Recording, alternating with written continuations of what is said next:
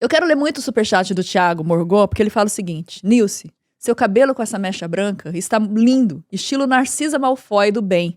Amo vocês, boa Páscoa. Quem que é Narcisa? É a mãe do Malfoy do Harry Potter. Eu a vida inteira tirei sarro das minhas tias quando elas ficavam com cabelo branco. E eu pegava no pé, sabe? Ah, tem cabelo branco. E aí eu falei, nossa, isso vai vir sobre mim como o cuspe disparado para cima. Mas veio de um jeito legal, porque aí juntou com a genética da minha mãe. E assim, eu recebo muita mensagem do tipo assim, Nilce, você viu que você tá com o cabelo branco? Obrigado por ter me contado. Sem você eu não teria notado. Sem você eu jamais saberia. Toda observação que vocês acham que vocês podem fazer sobre o físico de alguém na internet, a pessoa já notou. E outra coisa, guarde pra você. Você não sabe o efeito que vai ter na outra pessoa. A Nilce não tá nem aí, mas eu sei de gente que já ficou muito traumatizada com esse tipo de coisa. Nossa, tem gente que se silencia, né? Se você tiver problema de entender dinâmicas sociais e coisa do tipo, se não quiser ser odiado pelos outros, o psicólogo é uma boa, mas converse com alguém, principalmente a parte de etiqueta, pra você saber regras duras, sabe? Tipo assim, de não faça isso. Regras em nenhum críticas. contexto. Seria a regra, tipo assim, que não tem tanta variação, que não tem tanta nuance. Tipo assim, você não comenta sobre o peso de alguém, você não comenta sobre... Beleza, se você tiver liberdade com pessoas que for um amigo seu, beleza, mas tem várias coisas que você pode aprender, que são regras duras, que vão dificultar mais que você seja evitado pelas pessoas. Então, é isso que eu queria deixar muito claro, que eu vi o rapaz falando, nossa, é frescura e tal. Então, não é frescura. Eu vejo muita gente se sentindo sozinha, muita gente culpando os outros porque essa pessoa não consegue se enquadrar socialmente, ela não consegue ter amigos, ela não consegue ter relacionamento. Mas por quê? Porque ela não respeita os outros, porque ela é desagradável. Então, assim, se você quer ser aceito, você precisa ter algumas qualidades, sabe? Tipo assim, de sociais mesmo. Algumas, eu não falaria qualidades, mas algumas capacidades sociais. Isso não quer dizer ser falso ou ficar elogiando de falsidade, não é isso. Você não precisa falar. O grande problema é que às vezes a pessoa que ela não se enquadra, ela não percebe o quão ferina a língua dela é. O quão agressiva ela é em algumas posições. E os comentários que ela faz.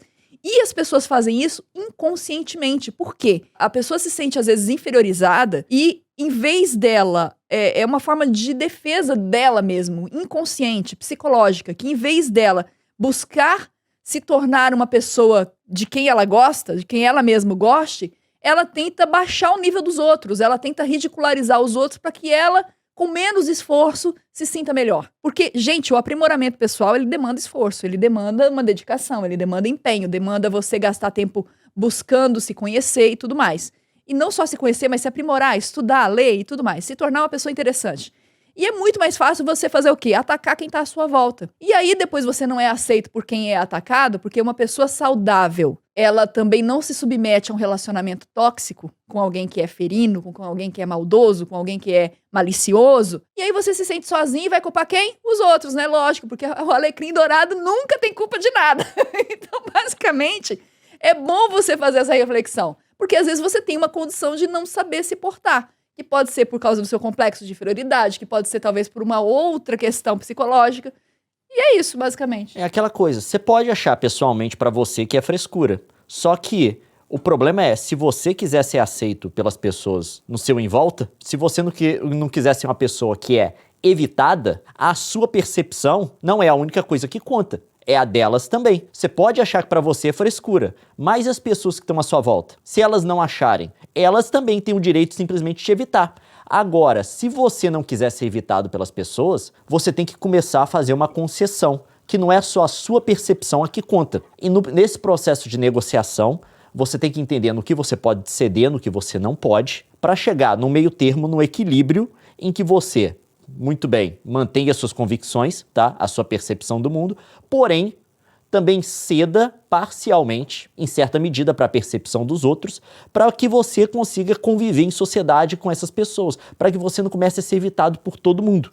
O que acontece hoje da internet, eu já vi muito dessas discussões, essa galera, tem que falar mesmo, não tem que ser politicamente, não tem esse negócio de politicamente correto, não é assim. Tudo tem nuance. Tem coisa hoje que o politicamente correto, pelo menos a minha percepção, de forma errônea, pede que a galera faça e que eu acho que, de fato, não deve ser feito, tem que ter um ambiente para o debate de algumas ideias, existe. Porém, existe muita coisa também que, Se não houver uma seção, se não houver uma moderação do comportamento público da galera, do que a galera diz, a vida em sociedade é impossível porque as pessoas começam a se evitar. Então tem que ter uma moderação, tem que ter uma discussão, sabe? E você tem que ter isso na sua condução pessoal com as pessoas também. Tipo assim, essa é a minha convicção, mas eu sei que não é das outras pessoas. Se eu começar a agir assim, só agindo do jeito que eu quero, sem considerar os sentimentos do outro, sabe? Os outros vão simplesmente me evitar. As pessoas vão procurar pessoas, sabe, que levem elas em consideração, que vejam nelas um ser humano, sabe, com sentimentos. Com igual valor. Com igual valor. E que elas têm que, pelo menos no trato dela social, levar em consideração os sentimentos das pessoas, tratar a condição dessas pessoas como ser humano. Não seja essa pessoa. Ah, é frescura, que se dane você. Ninguém vai querer ficar do seu lado, todo mundo vai te odiar. Não, e é uma escolha que você faz. Você quer ficar sozinho? Se dane você? Tá ok, mas aí não é culpa do outro, é culpa sua. Então assuma a sua responsabilidade no que acontecer na sua vida. Mas assim, eu queria só deixar claro, tem pessoas, tem algumas condições neurológicas que impedem algumas pessoas de serem sociáveis. E aí, eu gostaria muito que você que tem essa dificuldade não se afundasse, mas procurasse um diagnóstico. Não um diagnóstico, eu tenho uma mania de diagnóstico, mas tipo assim, procurasse ajuda, porque às vezes você precisa só de alguém que mostre pra você um espelho na frente de você, pra você se reconhecer, pra você conseguir ali, a partir daquilo, tentar uma mudança e ter uma vida feliz, entendeu? Porque a gente tá vivendo uma crise também em que as pessoas, elas vão, em vez delas procurarem melhorar como pessoas para si mesmas, não tô falando nem para os outros, para a sociedade, não. Eu tô falando para si mesma. Em vez de procurarem investir em si e se tornarem pessoas melhores, elas começam a culpar os outros pela infelicidade delas. E isso, gente, é uma chaga social, porque a pessoa pode tender a ficar violenta e culpar os outros por serem infelizes. E aqui eu vou mexer no vespeiro. Nesse quadro se enquadram muitos homens que vivem essa loucura e essa pane do red pill da vida e do, sabe? Que culpam as mulheres pela solidão que eles vivem. Queridinhos, vão procurar uma ajuda, de verdade. Porque ninguém é culpado pela sua infelicidade. Aí a gente pega os vídeos dos caras, né? Aí você vai ver, é um cara que tem muito complexo de inferioridade. É exatamente isso. Ele se odeia, mas ele não consegue lidar com essa situação. Ele não consegue enfrentar o porquê que ele se odeia, o porquê que ele se sente tão mal. E aí ele começa a desferir ataques no gênero oposto. Ele não é aceito por mulheres porque ele é um xarope intragável. E aí ele culpa todo um gênero porque ele não consegue lidar com as deficiências dele. Então, assim, eu acredito piamente que pra tudo se tem jeito na vida, desde que a pessoa queira. Mas aí você começa a ver que isso, sem tratamento e sem ser encarado, vira um problema social de fato. Vira um monte de gente violenta, espalhando ideias violentas e que podem, no final, terminar em violência prática, de fato, e não só em palavras agressivas. Então eu fiz aqui uma grande escalada pra vocês verem do que a gente tá falando. Não é brincadeira, não. É coisa séria. Essa coisa que eu vejo dessa frustração dessa galera, aí começa a culpar feminismo, pela... Espalha assim, a culpa pra todo mundo, menos pra si. Menos pra si, sabe? Tipo assim, a gente saiu de uma época aí, séculos atrás, que casamento era arranjado, né? Era arranjado tanto pro homem quanto pra mulher também, tá? Não vamos colocar... Tipo assim, antes você tinha uma facilidade grande de ter um casamento formal, né? No sentido que ele era arranjado. Só que lá dentro do casamento a coisa era muito mais complicada, porque você podia muito bem colocar dois indivíduos que não tinham absolutamente nada a ver com os outros e tinha ali um casamento de conveniência e coisa do tipo, o que podia gerar uma infelicidade geral para todos os dois. Normalmente mais para a mulher, porque você tinha uma liberdade maior para o homem de se realizar na vida, né? Na mulher ela tinha que ficar restrita ao ambiente doméstico, coisa do tipo. Enfim, eu não vou entrar nesses detalhes, todo mundo já conhece as histórias, mas hoje você tem uma liberdade de conhecer a pessoa, se relacionar com ela, se identificar com ela e depois decidir por você mesmo, decisões mútuas para poder passar a vida inteira juntos. Hoje, na verdade, você tem uma facilidade muito maior de estabelecer um relacionamento saudável com alguém do que você tinha, sei lá, há 100, 200 anos atrás. Essa que é a verdade, mas o povo hoje demoniza esse tipo de relacionamento, falando como se, de repente, essas transformações sociais, como o feminismo e coisa do tipo, tivessem gerado uma situação pior pra gente. Claro que não. Todo o processo de liberalização da mulher é uma coisa muito mais benéfica pra gente hoje, até os homens, porque você não vai ter que ficar pendurado com a mulher a vida inteira da qual você não gosta, porque arranjaram um casamento pra você. Claro que eu não tô fazendo uma equivalência aqui em termos de como as mulheres eram tratadas antigamente, porque os homens de fato eram muito melhores. Mas, Eram tratados muito melhor. Muito melhores que as mulheres. Mas mesmo assim, comparado com a vida que a gente tem hoje, com a facilidade que a gente tem hoje, era porcaria aquilo lá. Por exemplo, eu não consigo falar como era a felicidade da relação dos meus avós, por exemplo. Porque eles nunca expressaram isso publicamente, eu não sei dessas coisas. O negócio é que foi ali um arranjo para poder manter as terras da família quando tiver a divisão dentro de pessoas da mesma família. Então, era uma coisa extremamente complicada. Imagina você ser conectado a uma pessoa pro resto da sua vida. Pra manter um pedaço de terra. Por esses termos, sabe? Então, hoje você tem uma vantagem muito melhor. Você pode ir lá e conhecer uma pessoa, sabe? Ver se vocês têm uma conexão de fato e depois, por mútuo acordo, formar um matrimônio. Isso é uma evolução sensacional, não sei como a galera falou, hoje é muito pior, porque teve a liberalização das mulheres, tem uns discursos assim. Como? Isso é basicamente um presente que o movimento feminista deu pra gente. Mas é isso, é porque o cara não dá conta de podar seus defeitos, ele não consegue olhar pra si. E é tão escancarado, porque antigamente as pessoas tinham um certo pudor de revelar que tinham inveja uma das outras, que tinham recalque uma das outras, e agora as pessoas não têm mais esse freio e fica nítido. Você olha e fala, saquei qual é o problema. Esse teve um problema com uma namorada. Esse não conseguiu superar esse relacionamento. É óbvio. Você olha e você vê. Eu vou ser muito sincero. Claro que eu não quero falar para as pessoas, por exemplo, que tiveram trauma em relacionamento. Tem muita gente carregando bagagem que pode ser bagagens que não foram culpas suas e que pode isso estar gerando um problema em relacionamento para você até hoje. Eu sei que tem essas pessoas, não estou falando delas aqui.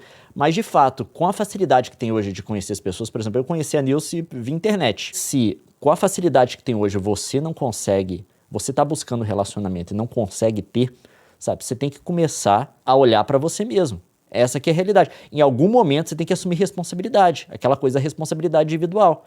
Em algum momento você tem que falar, será que eu sou uma pessoa interessante? Eu consigo conversar é uma coisa muito importante, tá, gente? Eu consigo conversar sobre tópicos que podem ser do interesse de outras pessoas. Eu frequento ambientes em que eu tenho uma chance de cruzar com pessoas que têm o mesmo interesse que o meu. Você tem que ver tudo isso assim. A coisa que aproximou eu da Nilce, por exemplo, primeiro, é porque a gente foi o sniff, que a gente teve o sniff quando era pequeno. Primeiro contato, e depois a gente estava lendo o mesmo livro. A gente estava ouvindo.